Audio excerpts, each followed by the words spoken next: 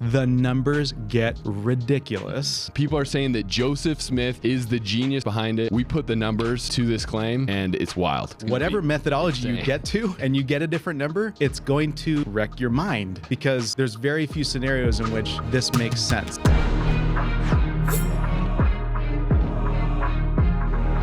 All right, before we get into the rest of the video, I just want to let you know, if you live up in the Boise area and you want to come to a live event with me, my brother, Jonah Barnes, and Russell Brunson, we are having a live event. We have a few tickets left. If you want to come, link in the description. It is November 5th at 7 p.m. It's going to be a really fun night, and we hope to see you there. Lastly, November 11th, Veterans Day. As you guys know, I just returned home from a deployment. I've been asked to speak at the Bountiful Regional Center on November 11th. Details in the description as well. It's going to be a really awesome night. I hope to see you guys there, and it's just going to be a fun, patriotic event. And so invite your friends and family. It's completely free, and we'll see you on November 11th for that. And also, make sure you stick around to the end of this episode, because we have a very special announcement about a new show that we're launching adjacent to the Stick of Joseph. So stay tuned. Welcome back to the Stick of Joseph YouTube channel, where we just make videos about whatever we want. And today we are making a video about something that piqued our interest from someone that sent us an Instagram DM, and it was so interesting that we're like, we got to get on Okinawa, and we hopped on a Zoom with them. Yeah, this was months ago. And it's so interesting because if you can remember, for you OG subscribers at the inception of this channel, we were talking a ton about physical evidences of the Book of Mormon. We were making videos on the CES letter, debunking all that kind of stuff. And it was really in an effort to stop the annoying people in our comments copying and pasting from ex-Mormon Reddit the same tropes of the War of 1812 or whatever. Yeah, the book War the Great of 1812. War. The Great War. The, what's it called? I forgot all of them because they're so annoying. Yeah, it's been a while since we've done this. But yeah, View the Hebrews, essentially saying that Joseph Smith somehow read a couple books and then cobbled together this complex Hebrew story and then put it in a 265,000 word manuscript. Mm-hmm. And we haven't just like discarded these comments from people, but I have engaged with a ton of these people because there's a lot of them that are sending these comments in, and then I've gotten on phone calls with a lot of them. And when you really look into how the Book of Mormon came about, there's no denying that people thought that Joseph was inspired. They truly believed that he was a prophet and that he translated the Book of Mormon by the gift and power of God. But to the critics, they can't really explain away the support around him from Oliver Cowdery and all these other people. And so the conclusion of the question I ask when these people say that, you know, Joseph Smith took from all these other texts is that Joseph single-handedly created the Book of Mormon out of whole cloth, memorized it, he recited it perfectly in 65 working days, and he worked alone. All of the genius is put on Joseph's shoulders. Now, that's fine. I applaud the people that are that honest and that is their position, but it's pretty wild. And today we are getting together with our new friend, Matt Vallejo, from Chino, California. And he approached us with saying, hey, me and my super smart buddies, we ran the numbers on this naturalistic explanation of the Book of Mormon. People are saying that Joseph Smith, he is the genius, the sole genius behind it. We put the numbers to this claim, and it's wild. And it is truly Matt, wild. Tell us who you are and what you've done. What have you done? What have you done? So I think that when you, what you just laid out was exactly right. I think, you know, people will make these statements about the ability of Joseph to produce the Book of Mormon on his own. And, you know, we've talked about really interesting things in the Book of Mormon, like the presence of chiasmus, which in and of itself, the ability to create a chiasmus is very rare and it's hard to be done. We don't even really see it in today's modern script. Or you even brought up about 270,000 words of the Book of Mormon. These things are really interesting, hard to accomplish benchmarks for any work of literature. But then you just keep looking deeper and deeper, and you keep saying, wait, there's a ton of ridiculous things about the Book of Mormon. And you could be the kind of person that says, well, I've read the Book of Mormon. I don't find it terribly interesting. It's like a whatever book. Even if you have that opinion, you still have to explain The complexity. Where did the it come speed from? of writing, the presence of chiasmus. Even if you don't like the contents of the book, there's some basic facts about the book that have to be reckoned with. And at least from my side, my mathematical background is not necessarily extraordinary. I don't think most people would look and You're say, not like Will Hunting or anything. no, like I'm that, not. yeah. I'm not Will Hunting. I thought it was Goodwill Hunting. No, Goodwill Hunting is the name of the movie, but the guy's name haven't is seen the Will. movie. Yeah, Yeah, it's an adjective for Will Hunting. yeah. It's good. Yeah, good. Will Hunting. We'll talk about it after. Yeah, perhaps maybe we're just terribly off on that. We're actually His the first knuckleheads name's over good, here. maybe. Yeah, maybe his name. Yeah, we missed that part in the movie. At any rate, so I'm not a mathematical genius, but I did study economics in college. I went to BYU Idaho, studied economics, and it's impossible to study economics without getting to the field of statistics. It's inherently embedded within the field of economics. And I wanted to go a little bit deeper in statistics. So a buddy of mine, we actually went over and went into the math department and took a stats class. Okay. And we went even deeper into that whole field of study because we just find it generally Interesting, fascinating. yeah. So it wasn't like we needed it for Useful too. credit or anything. We just like stats. And shout out to Chris Long. You know, you're out there. We did that together. Nerd. Yeah, total nerd. And he would own up to it too. Yeah. He would love that. But so we got really deep into it. Our professor ended up becoming a professor at working in the MIT Department of Bio Stats.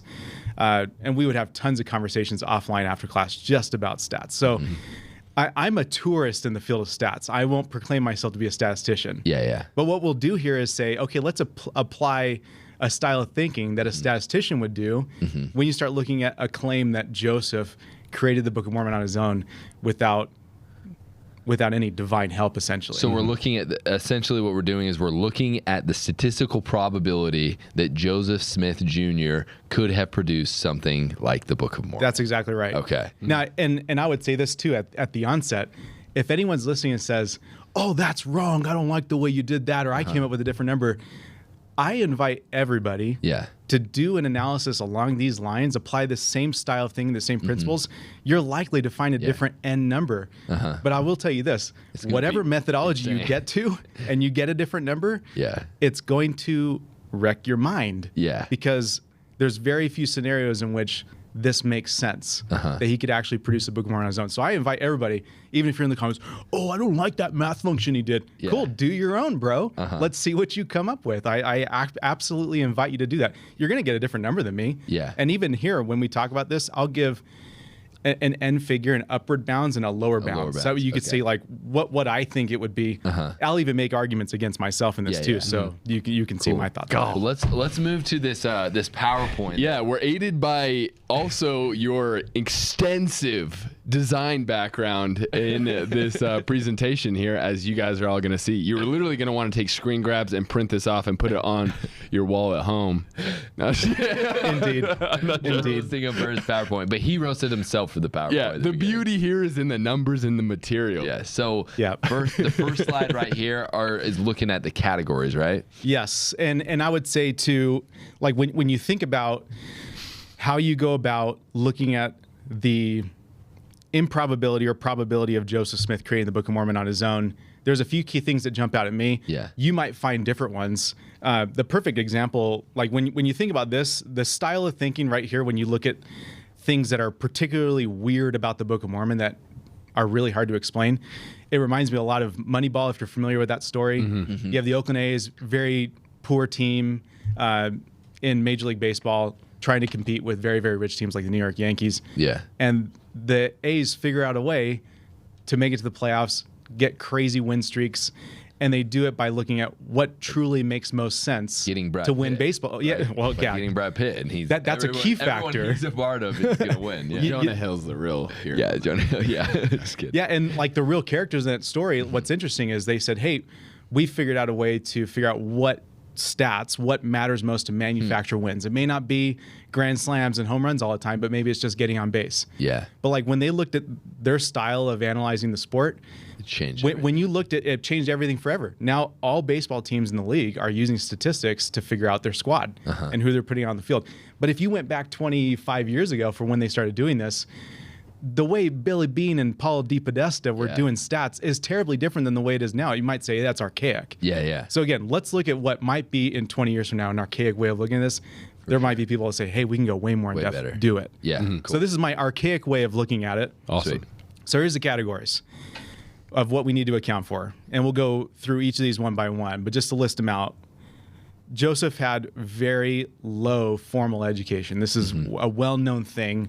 And this is something we talk about all the time. Joseph Smith with second grade primary education created the Book of Mormon. Yeah, that's a nuts thing. And we actually need to look in to see how ridiculous that is. And that's where like the formal, that's where like the genius has to come in. Like he has to just be a natural genius. Yes. Yeah. So we'll look at some numbers on that.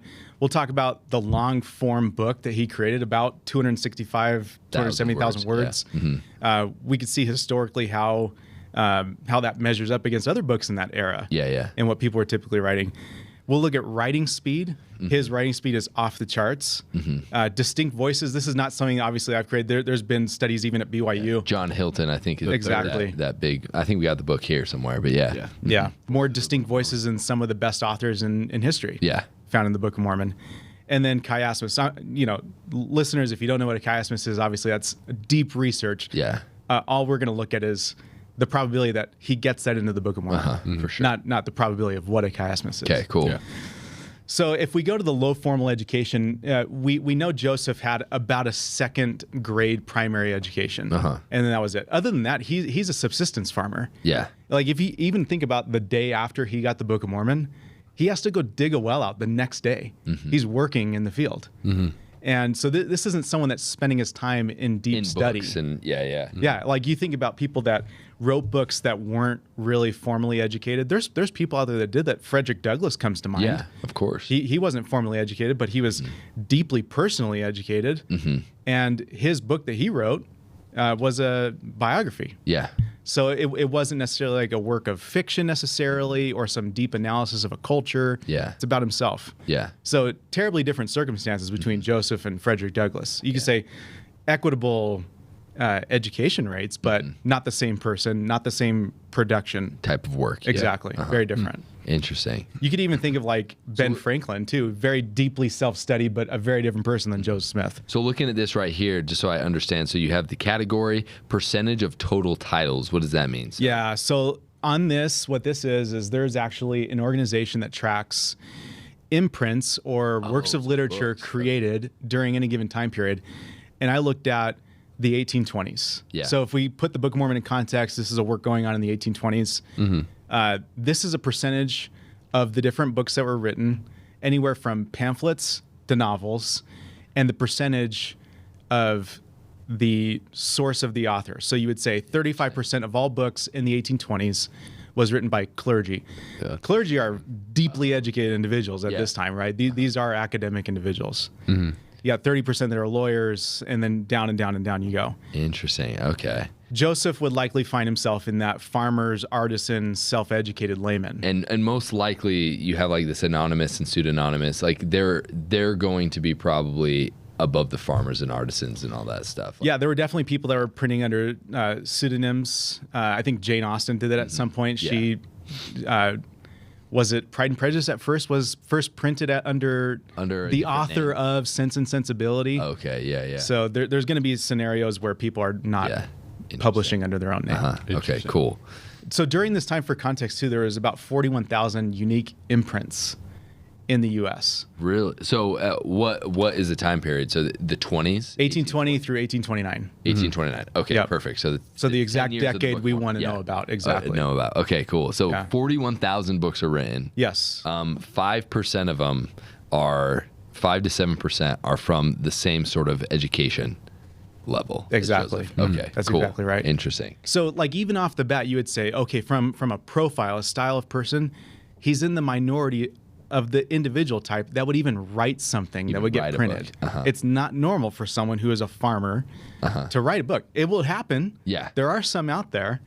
But it's just not normal. It's not the class of people. Okay, interesting. Okay, so that's the first one. Yes, so you take that into consideration of who he is. When you go to the next slide, what we have here is what looks like a normal-ish distribution of word count of these 41,000 imprints from the 1820s. That's crazy. You could see that on the average, word count for most imprints in the 1820s was about 20 to 21,000 words. It's essentially just like it's a pamphlet. Yeah, and that was the grand majority of those imprints were pamphlets. They weren't full-on novels. So if you think about someone hauling off and writing a work that ended up getting printed, in a lot of scenarios, they're pamphlets. Oh my gosh, that's actually crazy. So right here, I mean, we're looking at... He's like at the tippy top. Yeah. Yeah, he's in the red, that red dash. There is one that's higher. There is a book that had... We have to estimate it because it's really hard to actually get the word count for this, but there's a book by John Neal called My Brother Jonathan. Yeah. That he wrote that was anywhere from around 370,000 to 400,000 words in the estimates. And who wrote that? John Neal. John Neal, who was he? Not an author that we are well known of today, but at that time. What education? Oh yeah, so John Neal. I actually have a breakdown of that. So John Neal was a lawyer and an editor, and a professional writer. And both his parents were school teachers. Okay. So this is the style of individual. If you had to pick someone and say who's going to write like the longest book in the 1820s, that's the style of individual that you would pick. That you're looking at. Yeah. And I mean, he was older than Joseph Smith for sure. Correct. He was older. So that's the he was other born thing. in 1990 or 1793. That's the other thing that maybe we didn't account for as well in here is what are the ages of these people that are writing these works as well? Because So that's probably a whole other level of complexity. Yeah, like as we go through this, that's the exact style thing that I'm talking about. Because as soon as you start saying, "Hey, we need to account for more," we're not doing enough here. 100%. Yeah. And what I'm saying is, the more you start to go down that rabbit hole, the more preposterous the numbers get. Yeah. And we haven't even got to the numbers, but that's exactly right. Because you've only chose 5 variables here that we're looking at. Exactly. But there's likely... Yeah. There's so many. There's so many. And there's it's so like many that you got with to do. everything, Yeah. right? Like, Yes.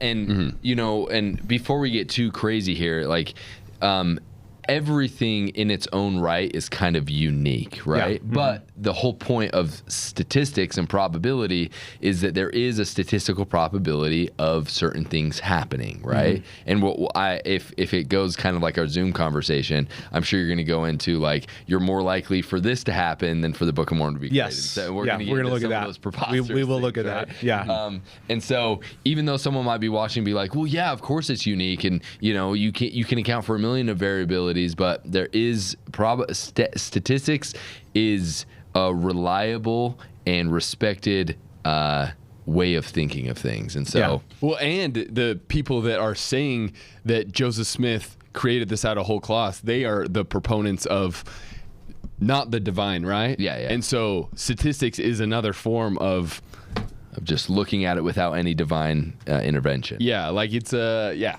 So I mean, you should support this. Yeah. If someone came up to you and said, "Yeah, Joseph did it," it's like, okay, what are the numbers that we would base that on? Yeah. You know, you're saying that this is like a normal thing that someone could assume. Let's see how normal that really is. Yeah. Okay. That's this style. So of that's an thought. absurd word count. He is in the very minority. He is in the top 0.001%. Oh, really? So he's in the bottom 5-ish% of likely authors for a book in that time, and he's in the top 0.001% Of books. in terms of book size. Yeah. And you look at something like My Brother Jonathan, the top one in that decade. Yeah.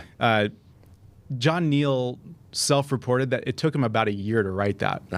So we have about 365 days to write about 365 to 400,000 words. You're talking about 1,000 words a day. Yeah. Joseph did about 270,000 words in about 65 working days. Yeah. That's quadruple the output That's crazy. per day. Yeah. That's That's going to be another category is the writing speed that we're going to go into. cool. So now you could just see where he fits. He's in the bottom 5% of likely authors, but he's in the top 0.001% in terms of book size production. For sure. Okay. This next slide talks a little bit more about book length that I think is really interesting. So where we get that 41,000 unique imprints from the 1820s, again, that's anywhere from pamphlets to novels. Most of those were about 50 pages long or about 20,000 in word size. We talked about John Neal. He's the exact style of individual that you would expect that would write a very large book or had the capability of doing that. Last of the Mohicans. And the other one, like you say, okay, John Neal, then the Book of Mormon is also very long. What's another really long one from that era? Last of the Mohicans. But look at James Fenimore Cooper. I mean, famously, he's a Yale-educated novelist. And this was not his first book. He had written many books before this. And that word count is about 150,000 words. Took him about 7 months, or about 700 words a day, which is way more normal for a normal writer to hit 700 words a day. Sure. So it's like, okay, he's normal. John Neal's kind of really high up there. He's at 1,000 words a day. Joseph's at 4,000 words a day, just over 4,000 words a day. That's crazy. Dang. So Joseph Smith's writing speed in the top 0.001%. Yeah, and this is something to keep in mind too. Like, this is along something you were talking about, Hayden, is like, oh, well, what about like age category? Because you look at John Neal, he was much older, much more well-educated. Yeah. There's a few things about the production of the Book of Mormon, even at this point so far, that everybody should actually be pursuing this, that I didn't, just for the sake of not having a insanely ridiculous number, is you have to consider the fact that he did this with no manuscript. No one said he had a manuscript. No one said he had a journal of him writing down, musing his thoughts. Now, his family did say during that period that he first went to the hill to get the record, and he would hear from... And he was telling stories. And he would come back and tell stories. So you could say, oh, well, he's musing there. He's working out details there. But no one ever saw a manuscript or a journal. His wife never saw anything. You think if someone saw something, it would be Emma. And Emma never said she saw anything. Yeah, and the people that I've talked to that have this... naturalistic belief that Joseph Smith just wrote it. They tell me that their most likely explanation is that he would retire to somewhere every day away from these people that were helping him scribe and whatnot, and he had his own manuscript that he would read and memorize, and then he'd put it away and then go and recite it the next day. Which has zero evidence and is a faith-based claim, just so you know. Says how many kids, real quick, in the 65 working days, 265,000 words or whatever. So that's how many words a day? It's about 4,000 words a day. 4,000 words a day. Yeah. 4,000 words is insane. You're not memorizing over 10 pages of script a day. Like, that's just not going to happen. Yeah, so, he was a genius. Let's figure out how much more of a genius he was. All right. Well, when you consider that, he didn't have a manuscript, and he didn't even have a formal tutor as well. Like, some people can come in and say, well, Oliver Cowdery, he was a school teacher. He could have been Joseph's tutor. Yeah. Oliver Cowdery wasn't there when Joseph first started doing the translation. It was Emma, a couple of Emma's brothers. Then you had Martin Harris. Can someone explain to me which of those was his formal mentor? Like, if you're saying he was mentored to the point where he could have written this, not like James Fenimore Cooper, not like John Neal. It's not the same style of individual here. Are you saying that Emma and Emma's brothers, I'm not saying they're not intelligent individuals, but are you saying they are the work behind this genius? They're the ones that actually, they're the brain trust here? No, we're saying that Hiram went to a preparatory school that was owned by Dartmouth, and therefore... he heard a couple of lectures, and then he was a genius. That is another argument. But I will say with this one, so Joseph, was he 1905? He was born, or 1805? 1805. 1805, right? So 1829, he's 24 years old. He's younger than you are. And, so I will say with the writing speed one, that it's of these points, it's probably the one that people will try to sneak under as well, because they're like, oh, he's writing it before. But I think something that will completely undermine that anyway is, first off, he's not memorizing 4,000 words. So that's it. Like, we can just say probability 0 on 4,000 words every single day. For 65 days. That's just not happening. That's crazy. So that completely destroys it anyway. The other one is he is not oh man, I lost it real quick. So it was 4,000 words, writing speed. It's a one draft manuscript. That doesn't happen ever. So once again, we have two things where if people are like, well, the writing speed's not really a good stat because look, he could have been writing it beforehand. Well, there are these two stats that go along with that of there's like a 0% chance he's memorizing 4,000 words a day every day for 60 days. And there's a 0% chance that he's doing a one type manuscript. There's no one else that is doing a 265,000 word manuscript in one draft with no edits. Yeah, and on that too, I mean, we could all identify with this. If you lost your phone, which had all your family pictures, it had your text messages with your family and friends, It had all your login information. You'd kind of go a little haywire in our modern age. Like you'd want to protect your phone or protect your laptop. If you had this manuscript that had about 260 to 270,000 words, you would be protecting that with your life, and people would know that you had that thing. For sure. You'd be like sucked in on it. No one ever said in Joseph's life that he had something like that with him. Yeah. So like that's like another contextual clue that, hey, newsflash, if he's working out a story, it's not written down, guys.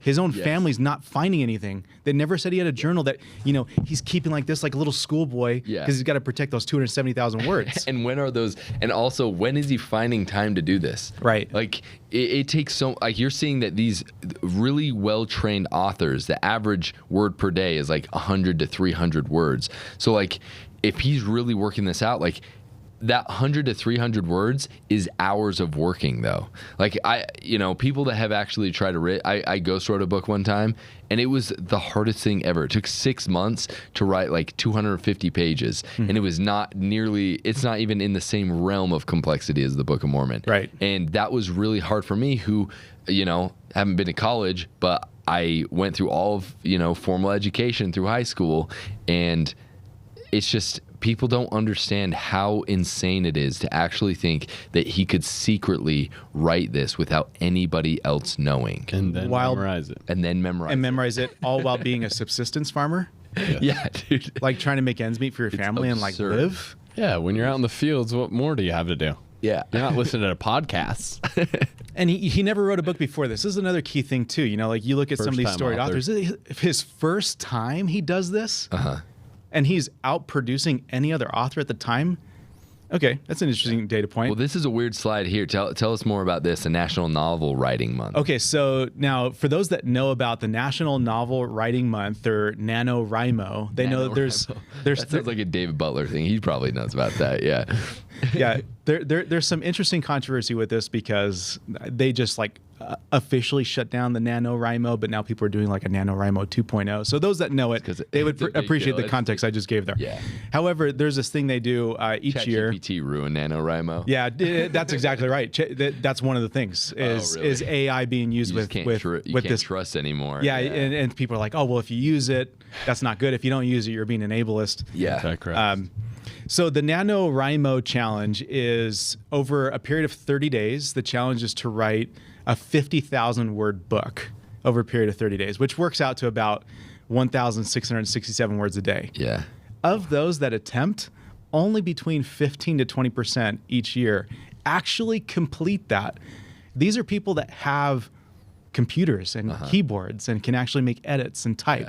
This is not pen to paper here, where one person's saying it, then another person's copying it down. And then how many of those 15 to 20% are actually like good and like coherent? I could tell you this. Second grade educated individuals aren't typically seeking out that type of a competition to try and complete it. Yeah. So again, these are people with access to modern day technology to write much more efficiently than you could have in the 1820s, and still only about 15 to 20% of these people actually complete it. Especially think about this. He's writing it with his hand, like cramping. Like because here's the thing.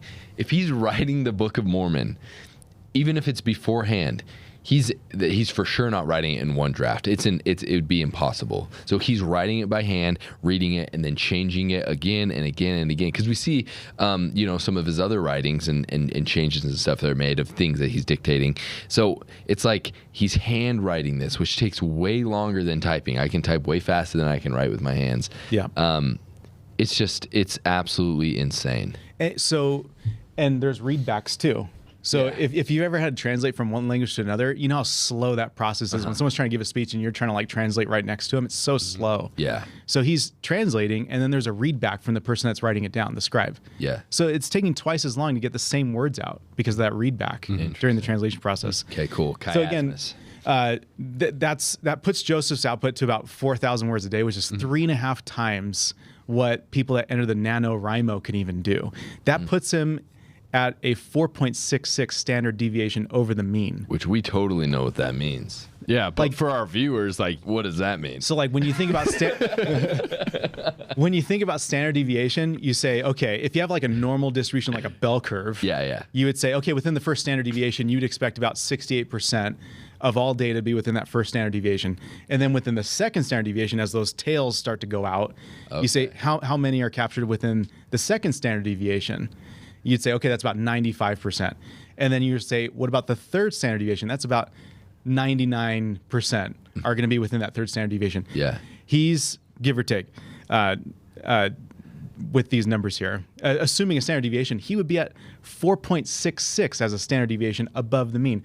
That means his writing speed is so incredibly high as to be way outside the norm. He's 3.5 times higher than average fast writers. So I'm just trying to understand the standard deviation thing. I'm really interested in statistics too, but I just never went to any classes on it. So bell curve right here, you got this thing goes out, right? Yeah. And it just shows, or we'll just do it one way. Yes. So the standard deviation is like one standard deviation is on the flat part. That's like the first standard deviation. So you go to that slide 4 with the distribution. Right here. Yep. Yeah. So you would say, okay, if you draw a line on both the left and the right hand side of that, okay, you'd have a bunch of data right in the middle. Yeah. And you'd say, okay, within that first standard deviation, you have about 68% of all data points within that first standard deviation. The more standard deviations you go out, you're capturing more data, but it's smaller and smaller amounts that are at those tails. Within that first standard deviation, most data points are going to be in there. Exactly. Okay. Interesting. Same thing with like height rates in the U.S. Like you would say, okay, you know, average height is like what, 5'8", 5'9"? Yeah. You say, okay, well, you know, amongst men, 68% within that first standard deviation are probably going to be between 5'6" and 6 foot. But how many are like 6'5"? Like once you guys start getting to like your guys' height, it's like you're getting smaller and smaller on the percentage of individuals that are in that category. Okay. At 4.66 as a standard deviation, there's like not really that many data points. He's like there. Yao Ming. Yeah. Yeah, he's like the Yao Ming. If we were to take the Book of Mormon and height, he's Yao Ming. Right. Thank you for taking the time to explain that. Yes. You're talking to two Marines that when we're shooting a gun and it misfires, we say boomstick, no go bang, and Yeah. we don't know. Well, you would say, hey, like a shot at 100 yards, you would say standard deviation is pretty good. Most people are going to hit that shot at 100 yards. At 1,000 yards, you would say to hit that, you're going to have to be a really good marksman, and you're going to be in a very far out standard deviation because not many people are going to hit that shot. Yeah. That's like that same kind of scenario. Okay, cool. Okay, cool. Now, chiasmus in the Book of Mormon, the next slide. Yeah, so with chiasmus in the Book of Mormon, again, this has already been studied through, so we don't necessarily have to define it necessarily, but just like a cursory overview, this is that using that ABCD, DCBA style of writing, where you have the same words or phrases repeated in reverse in a mirror form. So I think most of our viewers that watch are going to know what a chiasm is. It's a Hebrew way of writing, of storytelling, essentially, where the author will write the story in a way where it will have this crux in the center, which is supposed to be like the main focus of the writing, and the story mirrors itself on each side of that center point. And that's what he's talking about. Like you'll have the beginning of the story will start with a certain phrase or word, and then the end of the story will end with that certain phrase or word. And then second part, and it will correspond until the center point. Right? Yeah, one that doesn't make sense but just visualizes, like if you say, I am cool, am I? Yeah. I am cool, am I? Yeah. Okay, cool. So chiasm. What are these right here? These stats. So 1 in 41,000, upper bounds 3, 41,000. Yes. So, and this is just very basic, but when you look at those books that were produced in the 1820s, from what we looked at, there's only one that we know of that has a chiasmus at all in it. And this is not like, mirror language or thematic chiasmus where you kind of repeated something before and you said it again. We're like talking actual, like a poem. We're talking actual chiasmus, the structural chiasmus. There's only one work that has ever been found in the 1820s that has a structural chiasmus, and that's the Book of Mormon. So you would say, I guess the probability is 1 in 41,000. Yeah, but let's build in a little bit of like leeway here. Right? Yeah, we don't know everything. Maybe someone finds some pamphlet written by another subsistence farmer that happened to have a long form structural chiasmus. Because you find those from time to time apparently. But let's build like an upper bounds. Let's say, okay, it's not 1 in 41,000. Let's just, for the haters out there or the naysayers out there, let's just make it 3 times as likely that you find a long form structural chiasmus in the 1820s in the imprints. So let's say it's 3 in 41,000. Okay. Which again, it's not empirically the case, but let's just do it. That would put the probability at about 0.00007% likelihood of finding a book, an imprint in the 1820s that has a structural chiasmus. Yeah. So like we keep getting these numbers here, and the numbers are very small, but you don't take them just for what they are in and of themselves. And there's still more here, and one of them is the distinct voices. Okay, cool. Yeah, we haven't Probably the least appealing slide on here, but Yeah. at any rate, this is also something that I don't necessarily need to replicate myself, because there's been deep analysis of voice distinction within the Book of Mormon that we've all seen before. We have distinct voices such as Nephi, Jacob, Alma, and Mormon. They all have their own voice when they do the stylometry between them. Now, there's been studies done on this as well, so I didn't necessarily need to recreate this. There was a study done by Matthew Roper, Paul Fields, and Bruce Shashi. I probably did not pronounce his name correctly, but they did a multivariate analysis as well, comparing distinct voices in the Book of Mormon, so Nephi, Jacob, Alma, Mormon, against other storied authors, such as Charles Dickens, who's very famous for getting a lot of unique voices in his books, Jane Austen, Mark Twain. These are authors that are very good at creating unique, distinct voices. And the stylometry is very clear. It shows that there's more distinction between the voices in the Book of Mormon than some of the most elite authors we've ever seen. Yeah. Interesting data point, okay? Like when you look at it as a vacuum, you say, wow, that's pretty unique that Joseph was able to do it. But then in the back of your mind, you have to think, yeah, but there's also chiasmus. Yeah, he was also lowly educated. He produced that book in record neck-breaking speed. Dude, Mark Twain was just jealous when he was like, the Book of Mormon is chloroform in print, bro. Yeah. Hey, He's just jealous he didn't have And you know enough. what I would say to that? Like, hey, you could have that opinion, that's fine, but you still have to reckon with the actual cold hard facts of this book. Yeah. I know. Like, even if you don't like it, even if it's chloroform in print to you, you got to tell me how he was able to get more distinct voices than you. So one good, but that was awesome. You guys both said, than you. But Replay it. What I will say is a really good book. I was trying to look for it. It's in here. I think it's actually over there. But by John Hilton, we had him on the program. It's a really good distilled, all of the information that you're talking about. It's called Voices of the Book of Mormon, and kind of goes through the whole analysis that they did, explaining how it happened, but in layman's terms. It's really good. So highly recommend if you're interested in this one. So. And these are authors I like, even though I just took a dig at Mark Twain. I actually really like Mark Twain. I like all these authors up here. But again, when you look at his ability, Joseph's ability to do this, to outperform some of the most elite authors with greater voice distinction, the studies have already been done on that, and it puts the probability of this occurring at about 1 in 1,000. So we put that probability at 0.001%, which is 1 in 1,000. Okay, cool. All right, and it gets crazy. Yeah, and then when you say, okay, we've looked at some really interesting points here. The fact that Joseph created a long-form book. He did this with low formal education. He wrote this triple the speed that fast writers even today would be able to write. There's more distinct voices than elite authors, and there's the presence of chiasmus.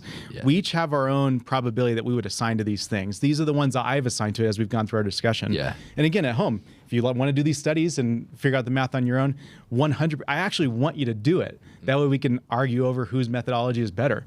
But you have to come up with a probability with all these things combined, because in and of themselves, one of these things is not good enough. You can't say, oh, well, that first thing, low formal education, that means Joseph had a 7% chance of writing the Book of Mormon.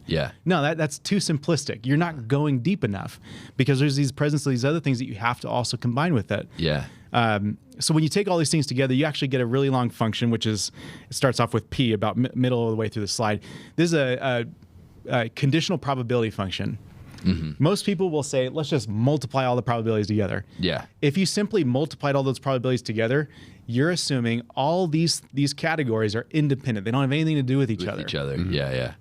I would argue some of these things are kind of independent, but let's just say, for the sake of making the number not as ridiculous. Absurd. Exactly. Let's just say they're somewhat dependent. Like, in order to write a chiasmus, you have to kind of write a book for there to be a chiasmus. So there's a bit of dependency. Or writing speed. Like, in order to have a 4,000 words per day output, you have to actually be someone who writes a book. So there is some mild dependency, but I would argue that it's mostly independent. All these things are independent of each other. I would say there's going to be some mild dependency. Like, I understand what people say when there's going to be dependency between these things.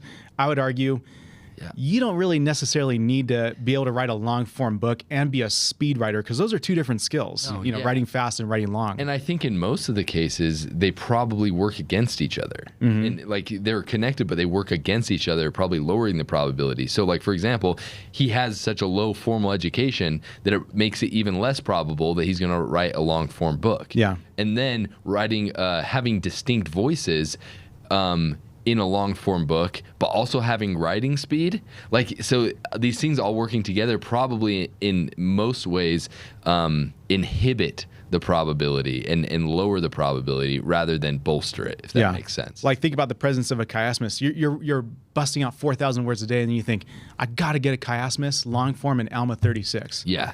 Are you still writing 4,000 words a day that day that you did that? Yeah. Memorizing it. And you memorized it? Because you have to have, that's the thing about a chiasm, is you have to have, which is so absurd the more I'm thinking about this. Dude, you have to insane. have memorized the proper words and phrases that show up in that chiasm in your 4,000 words a day that you're memorizing. Yeah, and notice in the printer's manuscript versus the current printing, no switcheroos were made on Alma 36. They got that right the first time. Yeah. And Brandon, make a note of this. We're putting this in the description. What is the description? He's chiseling into stone right now. There's a video out there talking about just the entire Book of Mosiah being one big chiasm, and it's 22 parts long, so 22 leading up to the middle, and then 22 after, and so.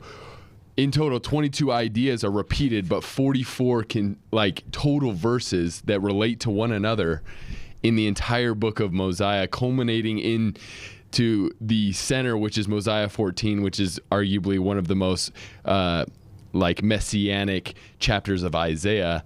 Anyways, it's crazy. So there's dozens of chiasms in the Book of Mormon, not just that super complex one in Alma 36, which that is the most impressive to a lot. You know what I've wondered on this topic too? Like, if we had not lost the first half of the Book of Mormon, the manuscript, when Martin Harris lost it, I wonder if we actually could have found one big giant chiasmus in the Book of Mormon. Like, I wonder if that actually would have been in there. It's hard to know now since we only have half of it. But I mean, in the ideas, kind of, you start off with a man going into the wilderness by himself, following God. It ends with a man going into the wilderness by himself. And a destruction of a people. And a destruction of a people. So, yeah, I think that there's probably something there. And then 3rd Nephi is probably somewhere in the middle there. Who knows exactly, but maybe that's the center. Yeah. But, so we have all this. And this is like this.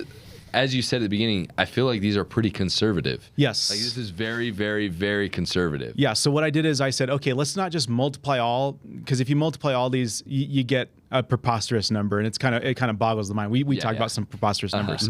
So it's like, okay, let's build in some conditionality here. So you're getting some conditional probabilities. We use what we call a chain rule, and we'll assume some correlation between these different categories.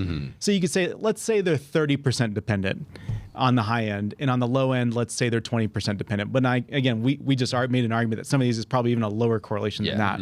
But let's just do a 30% dependency or a 20% dependency. You would get on the high end the probability of all these things happening at the same time, given this conditional probability of Joseph creating the Book of Mormon, as some of the naysayers have said he's totally capable of doing. That probability with a 30% dependency is 1 in 15.4 billion. That's the chance Joseph has of naturalistically writing the Book of Mormon. And then if you say, well, let's assume a little bit less of a dependency because some of these things aren't as dependent, then the probability goes to 1 in 23 billion is the probability that he created this on his own. That's crazy. So you start to say, like, okay, 1 in 15.4 billion, 1 in 23 billion. If you want to put this in context, there's a really interesting thing where you say, how do you actually figure whether this is a probable event or not? How ridiculous is it of a statement for someone to say, oh yeah, Joseph totally created this thing? And that's where the last slide comes in, where I pulled up things that are within the 1 in 15 billion. They're more probable. They're more probable, and they're totally ridiculous. The lifetime odds of a meteor hitting your home is 1 in 3.6 million. But you don't go to bed at night thinking, there's a risk, you guys, that we wake up in the morning and a meteor strikes our home. You wouldn't live your life by that. And if someone told you that, someone's like, meteor's going to hit my house. It's going to hit my house. You might say, maybe we need to like take you somewhere and like talk to somebody, because you're living your life based on such an insane probability. It's like stopping you from being normal. For sure. Or It's actually crazy that's the probability, 1/3. Yeah, I feel like that would be more, but Yeah. the other one is being struck by lightning twice in your lifetime. That probability is 1 in 200 million. Wait, really? Okay, wait. Explain to me how probability works, though. So, are we saying that 1 in 200 million people will get struck by lightning? No, so what you do is you take the please probability of somebody getting struck by lightning once. You take that as an independent, unique scenario. Okay. And then you say that same thing happens again. And those two events are not dependent. You can't say in order to get struck by lightning a second time, you would have had to have been. It sounds funny to say, but you can have a unique independent probability of getting struck by lightning that's the same value. So you might say it's like, I forget the baseline number of being struck by lightning once. I think it's like 1 in 100 and we'd have to look up the amount, but you basically take each unique probability and you simply multiply them together because they are independent moments in time. Yeah. So you multiply them together, that multiplication gives you the 1 in 200 million. Yeah. So, but understanding what that actually means, like practically, does that mean 1 in 200 million people will be struck by lightning twice? Like if you look over your lifetime and you say, am I a person that will get struck by lightning twice? There's a 1 in 200 million chance that you're that person. I'm that person. Yes. So if I live 200 million lifetimes, then in one of those lifetimes, then I'm going to get struck by lightning twice. Correct. Oh, that's way crazier. I'm like 1 in 200 million people getting struck by lightning. Yeah. I'm like, there's no way that many people are struck by lightning. Live your lifetime 200 million times, and then you get struck by lightning twice. 85-year lifetime. I thought there was 2 people in the United States that will get struck by lightning twice in their life. And it's just simply looking at the probabilities of it happening once and then multiplying it twice. Yeah, that's like let's say that happened actually twice. And there are people that have been struck by lightning multiple times. So having identical quintuplets. Yeah, so this is another thing. Like you hear of these scenarios of people having triplets and quadruplets, and we make like, TV shows about these individuals because they're so unique and so strange that an event like that could happen. But having identical quintuplets is about the probability of 1 in 3.9 billion of that happening. Which a quintuplet, identical, because you'll have identical twins, but identical triplets is pretty not like that doesn't happen often, right? Like usually it's a. You could have fraternal. You can have fraternal. Yeah, you usually have fraternal once you get out of the twins. And you go to so when you make them twins, now you're making it a more narrow estimate. You're not saying it. We're including the fraternal. We're just looking at the twins. Yeah. So it's an even more narrow estimate. That's crazy. 1 in 3.9 billion. And now here's another interesting one. If you sat a monkey in front of a computer and it typed out the word apple. Yeah. Think of all the key combinations on about 100 to 120 Like just keyboard. a random monkey, not an instructed monkey. No, not an instructed monkey. You take a chimp, you put it in front of a room, in front of a computer, and it typed the word apple. Yeah. It's likely to do that in 1 out of every 10 billion instances. Yeah. It'll happen. But now if you walked in, He swears by it. if you going to happen. Yeah, it would happen in 10 billion scenarios, 10 billion lifetimes. You're going to find one that'll do it, There's only so many keystrokes, eventually it's going to do it. But now if someone said, hey guys, I got this chimp, I'm going to sit in front of a monkey and today it's going to type the word apple, you'd say, you got to get out and live your life, bro. Yeah. And that's way more realistic than the Book of Mormon having been That's put orders together. of magnitude. Yeah. There's many things that are orders of magnitude more probable than Joseph Smith coming up with the Book of Mormon on his own without any divine inspiration. You might say, well, he copied it. That's the explanation. He copied it. That's precisely our argument. That it was copied from an actual book of plates. That's what we're saying. Yes. That he did not do this on his own. It was an ancient record done by, people with a Hebrew culture and language and background over 1,000 years. Right. And that's what actually accounts for the multiple voices in the Book of Mormon. That's what accounts for it being so long. That's what accounts for him being able to do it so quickly, is because he's translating it through the gift and power of God. That's what accounts for these things, that it truly is an ancient divine record. Not that Joseph Smith is one in 15 billion or whatever, you know what I mean? That's exactly right. And like that, when you look at numbers like this and you can say, hey, let's assume independency in these variables and just simply multiply without assuming any correlation between these variables. Guys, the numbers get ridiculous. Yeah. And even if you say, let's assume dependency, but hey, I found other things that I think are kind of crazy about the Book of Mormon. Let's add that in there. 100% go do the math. You're going to get a more ridiculous number, but it's just more realistic to what the scenario is. So if someone came and said, yeah, Joseph Smith totally did this on his own, I'm not living in crazy town over here. Yeah. You can't convince me of a ridiculous probability of 1 in 15 billion and me live my life like that. I choose to live my life in a scenario that makes much more sense, that he actually was divinely inspired to do this, because the opposite is such a preposterous thought. I wouldn't live my life thinking I'm going to be that kind of person that gets struck by lightning twice in my life, have quintuplets, or sit a monkey down and have it type the word apple in front of me. Yeah. I'm not going to live my life by those probabilities, and I'm not going to live my life by the probability that Joe Smith totally created that thing on his own. Yeah. That's so preposterous. I can't do that. That's crazy. Wow. Gosh, this is epic. So, and here's the thing. So everyone that's watching this, they're probably not watching this, but maybe they are. Yeah. You that hold this view that Joseph Smith created the Book of Mormon just from his own genius, now you see the numbers, okay? Now, then you have people like Mark Driscoll that say that the Book of Mormon was inspired by a demon. Okay, that's at least bringing in like The spiritual realm. A spiritual realm, to where it's not all on Joseph Smith, but he's being deceived by a demon, right? And then any reasonable person to read the Book of Mormon and to live according to the principles that it's inviting you to do, I'm not sure Satan's too pleased with people repenting and coming unto Jesus Christ, you know? And yeah. But like I honestly have more respect for that. Yeah, that position. than just thinking that he was a genius. But I want to know what the probability is that we get a guy named Matt Vallejo that looks like Christian Bale. I just realized this. He looks just like Christian Bale, Batman, bro, to come in here and share all of that stuff. Yeah, because that's pretty. But and here's the craziest probability and variable: producing a text that emanates the Spirit. And that makes a bad man, want to become better and become a new creature in Jesus Christ. Very few people, I think, are capable of doing that by themselves, if anyone.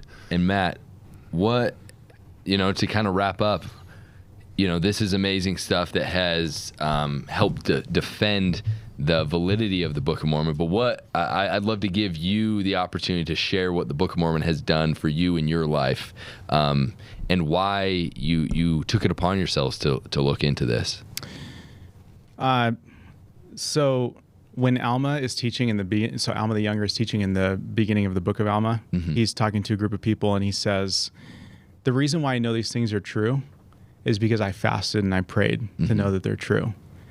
I've always found that interesting, because this is the same Alma the Younger that saw an angel that shook the earth, and he doesn't include that in his testimony to this group of people. Interesting. He says it to his sons. He tells the story to his sons, and certainly later on in Alma, he says, if I could preach with the voice of a trumpet to shake the earth. So he's referencing that vision he had. But when he's actually talking about how he knows these things are true, even though he had that amazing experience, it's because he fasted and he prayed to know. He did those things. You're talking earlier with Todd about the principle of sacrifice and how it's a force multiplier. And it's so true. Like, you could look at numbers like this in the Book of Mormon, and all this simply does is say, you're not crazy like some people say to think that the Book of Mormon is actually the Word of God. It's actually more preposterous to think it's not, statistically. That should not convince you of the truthfulness that Jesus Christ is actually a real individual that loves you and cares for you and came here to die for you. The thing that convinced you of it is sacrificing to know that these things are true. What are you willing to do? Yeah. Reading the scriptures, praying to know, following the precepts of the gospel. Any other sacrifice you could think of, even if you go to the Lord uniquely in prayer and you say, what could I do? What could I give up in my life to get closer to you, to more align myself with you? Those things bring a testimony of the gospel that nothing else would, that even stats, like, throw all this stuff away, it wouldn't even matter. What Alma said to those people makes total sense, that he wouldn't even reference the angel vision he had, because he did this sacrifice to know Christ. These things bring you to Christ, and what the Book of Mormon ultimately does, even at the very end, is say, time to hit your knees and pray, and then try this thing out. Try the fruit of this gospel and see how you feel about it. And that's what I love about this. Even though the statistics, the theology, everything is on the side of this is a legitimate religious practice that should be taken seriously. There's something deeply spiritual in there that can't be found in any of these things, that only you can find through discipline, following of Christ, and daily prayer. Wow. Matt, you're a beast, dude. The Book of Mormon's awesome. The Book of Mormon is awesome. And stop watching YouTube and read it, okay? And read the Book of Mormon. And for everyone that believes that Joseph Smith is a genius, and this is your explanation for the Book of Mormon, just know that you are in the camp of someone that thinks that it is more likely that that happens than a chimpanzee being thrown into a room with no formal education and typing on a keyboard, Apple. And also, I have a line of supplements to sell you as well that will make you really strong, if that's what you believe. Wait, Do why? you not get the joke? No. Because it's like a snake oil salesman. Like, if you believe that, you're dumb enough to believe that I have a line of supplements that are, Try Hayden's gonna help beanstalk you. pills. All right. Anyways, with that having been said, turn off YouTube, read the scriptures, and until next time, stay curious and hungry. God bless you for sticking around to the end of this video. History is being made here, ladies and gentlemen. We are starting the very first of its kind news and pop culture commentary show made by Latter-day Saints for Latter-day Saints. This will be a place that you can come to get updated on the viral and important news happening either specifically in the Latter-day Saint community or happening in the world abroad. We will have segments that will get you absolutely pumped and excited to be a Christian, and especially a Christian, a part of the restored gospel. And maybe, just maybe, you'll leave here entertained. You can find the link to the channel in the description. Follow us on Instagram at Latter Daily Saints. And until next time, remember that if you're not looking at the world through a gospel lens, you're only getting half the story. May God bless you.